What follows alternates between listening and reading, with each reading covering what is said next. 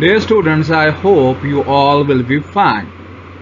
I'm here, Mohammad Jamal Khan, lecturer in Botany, Department of Botany, University of Education, Lahore. Today, we will discuss a topic from the core subject of botany, that is plant systematic anatomy and development. And the course code of this subject is BOTN 1112. So this is lecture number 23, in which we discuss the concept, structure and function of xylem. So here we have the content of this lecture. So firstly we discuss complex tissue. Complex tissues are composed of different types of cells which functions as a single unit. All the cells cooperate with each other to perform a common group function. This complex tissue is comprised of vascular tissues, and these tissues associated with the conduction in plants. Such type of tissue are present in vascular plants. Those vascular plants are also called as tracheophytes. The main function of such tissues to conduct water, minerals and food material from soil to root to the upper part of the plant. These tissues provide mechanical support to the plant, especially through secondary xylem. Vascular tissues are further consist of two types, that is given here. So these complex tissues are of two types. One is xylem, the other one is phloem. These complex tissues are composed of different types of cells which function as a single unit. All these cells cooperate with each other to perform a common group of function. These xylem and phloem, that are the types of complex tissues, are closely organized in plants, and they unite or combine to form a vascular bundles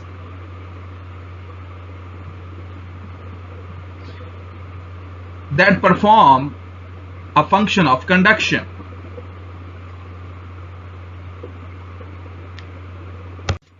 In addition to this, both these xylem and phloem play an important role in provision of mechanical support to plant. Xylem are complex or compound non-living conducting tissues.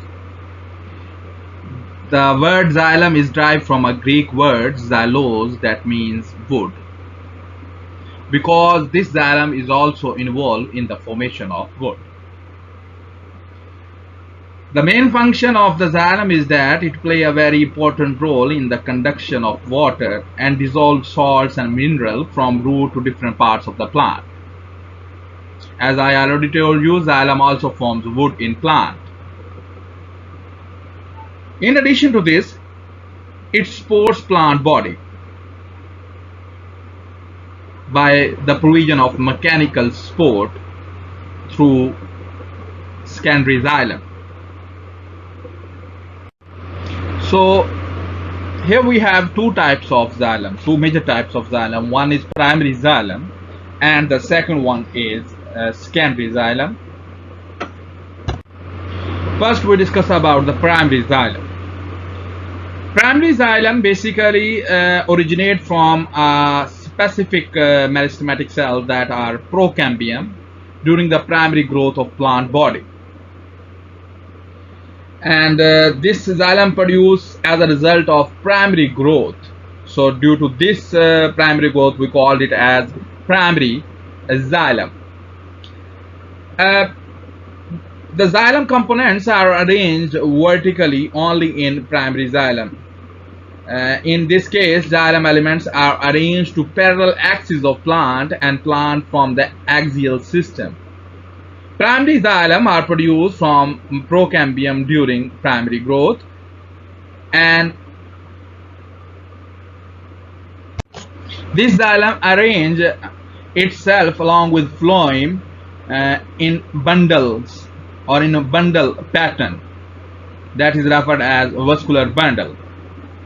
And the main function of this xylem is the conduction of water and minerals from root to upper part of the plant body. So now here we have the forms of primary xylem. There are two forms of primary xylem. One is proto-xylem and the other one is meta-xylem. As far as concerned with the proto-xylem, basically it is the early primary xylem, and this proto-xylem appears at the beginning of differentiation. Proto-xylem mostly becomes mature before elongation phase, and they have annular and spiral thickening that we will discuss later in this lecture. Proto-xylem have few tracheids elements, but they have a large amount of parenchyma cells. They are mostly present near the pith in stem, and as in case of root, they are present away from center. The next we have the meta-xylem. The meta-xylem appears later during differentiation, so we call it as meta-xylem, and meta-xylem matures after elongation phase. Meta-xylem has also spiral, reticulate and pitted walls, and these meta-xylems are composed of tracheids, vessels, parenchyma and fibers. Meta-xylem remain functional only in plant in which secondary growth does not occur, so mainly it is present in grasses, and in other parts they become non-functional. The next we have a secondary xylem, and this xylem originates from vascular cambium. So this xylem are produced as a result of secondary growth. Due to this we call it as a secondary xylem. They are found in only those plants in which secondary growth occur. This xylem form axial system and raised system as well. The function of the secondary xylem is the conduction of water and mineral from the soil through root to the upper part of the plant body, and the additional function of secondary xylem is to provide mechanical support. So in this slide we have the components or elements of xylem, or the main ingredient in the composition of xylem. Xylem composed of several types of cells. Some cells are living and some cells are dead. So majorly it composed or consists of four components or elements. Number one is tracheids, and number two is vessels. The tracheids and vessel are collectively called as tracheids elements. Then we have the third component, that is xylem fiber, and we can also call it as a wood fiber. And the last element and component of xylem is xylem parenchyma, that is also called as wood parenchyma. Tracheids are thick-walled dead cells without protoplast in mature state. These have tapering ends with perforations. They have lignified thick wall and appear angular and in polygonal cross section. These have abundant pits, especially those pits are border pits distributed over the wall. And tracheids communicate with other tracheids by these pits, or these pits are present just opposite to each other in two adjacent cells, due to which the water and dissolved minerals are transferred from one tracheid to another easily. The major function of tracheid is that they are concerned in the conduction of water, and in addition to this, they provide maximum strength and support to the plant. So these are elongated tube-like and dead cells. We simply defined vessel members as the tracheids elements which are short, wide, and with perforated end walls that are called as vessels. So these are placed end to end, and the end walls of the vessel cells or elements are dissolved or are perforated. So the wall area bearing perforation is called perforation plates. So here we have two types of perforation. One is simple perforation, the other one is the multiple perforation. So in simple perforation,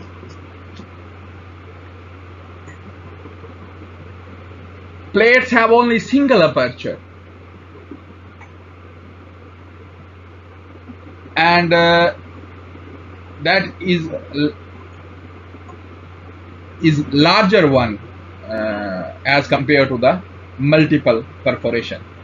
While in multiple perforation, plates have many apertures and they are small in size.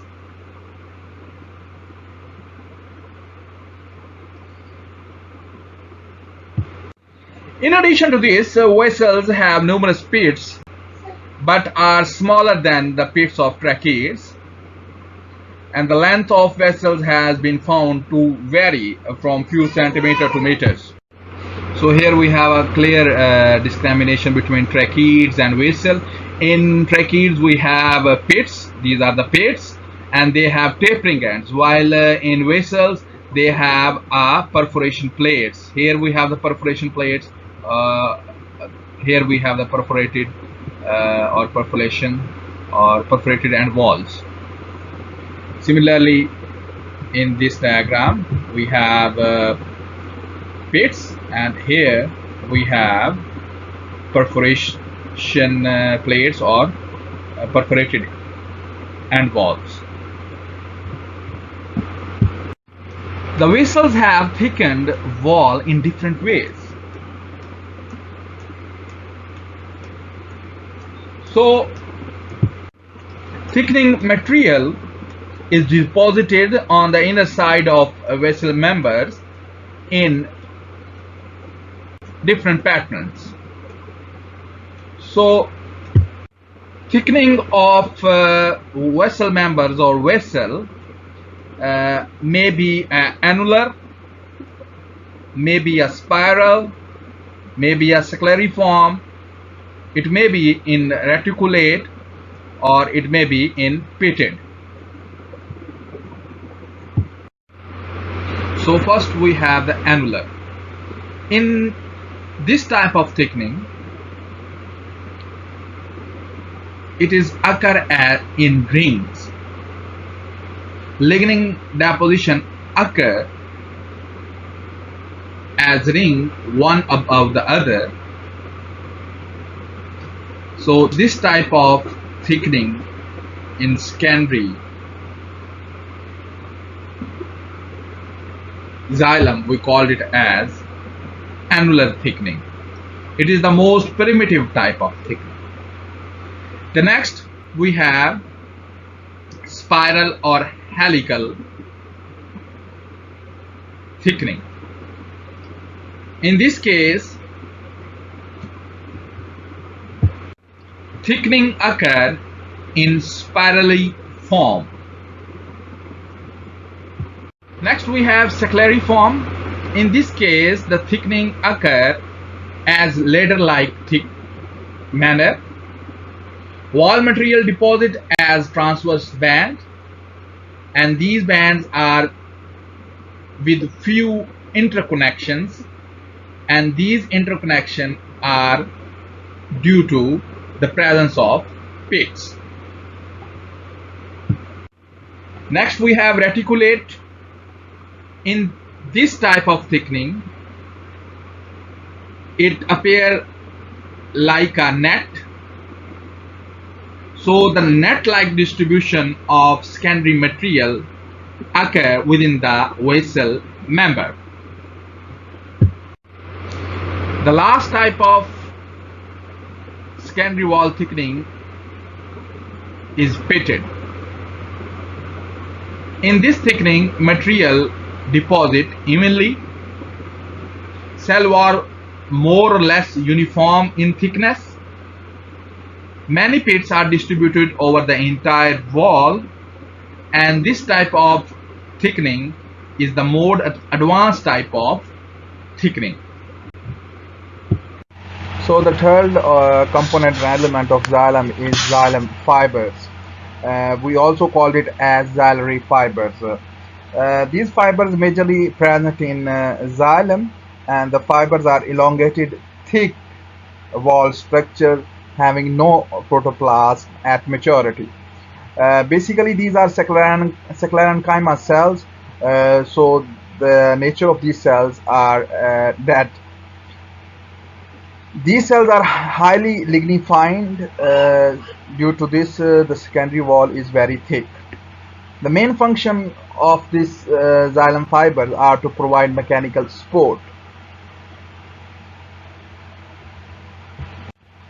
We divided xylem fibers into two forms. One is fiber tracheids, that is also called as Tracheids fiber, and the second one is libriform.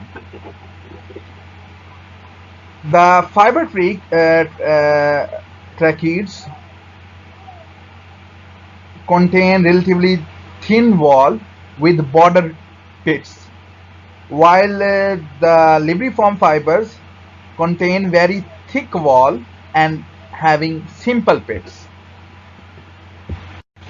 The last component of xylem is xylem parenchyma, that is also called as wood parenchyma.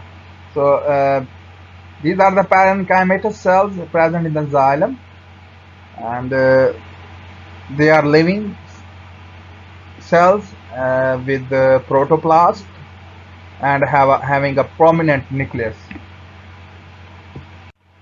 Lignified secondary wall is absent in it, and these parenchyma cells are rarely undergo secondary growth.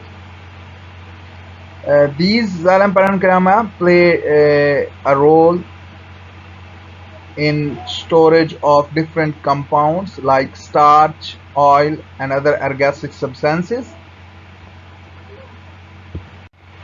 There are two types of parenchyma in xylem. One is axial parenchyma and the other one is array parenchyma. In addition to this, these parenchyma are present in primary as well as in the secondary xylem also. So in the primary xylem, they form a vertical row parallel to the tracheal elements, and while in the secondary xylem, these parenchyma cells are in vertical rows as well as in the transverse rows, forming the radial rays.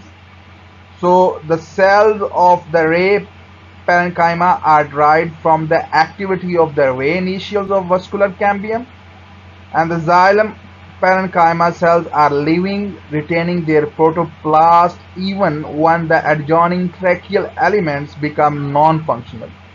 So these parenchyma cells store food in the form of starch, which is used for the renewed cambial activity in the next growing season, and the walls of parenchyma cells remain thin or may develop secondary wall with simple pits. The softness and the hardness of the wood in the case of secondary xylem is mainly determined by the amount of parenchyma. A large amount of parenchyma makes the wood soft, while a smaller amount will render the wood hard. So when the tracheal elements become non-functional, the contents of the adjacent parenchyma cells may migrate into the tracheal elements through pits and forming chyloses.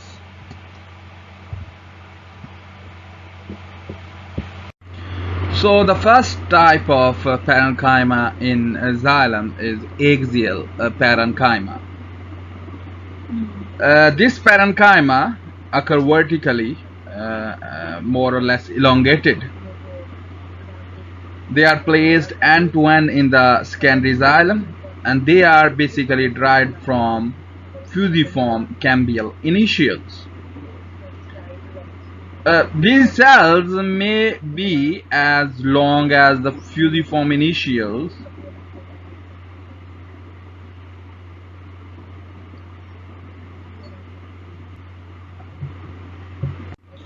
or they may be many times shorter than the fusiform initials.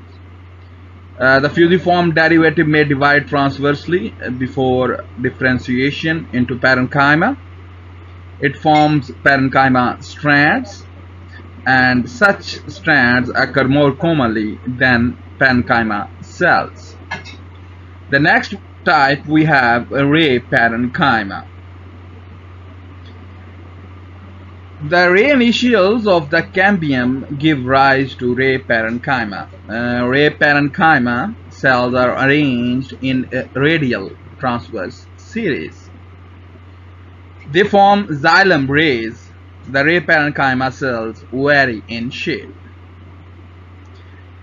As far as concerned with their function, they are involved in storage of food in the form of starch and fat. This stored food is used for cambial activity during growing season. Some other substances like tannin crystals also occur in parenchyma cells.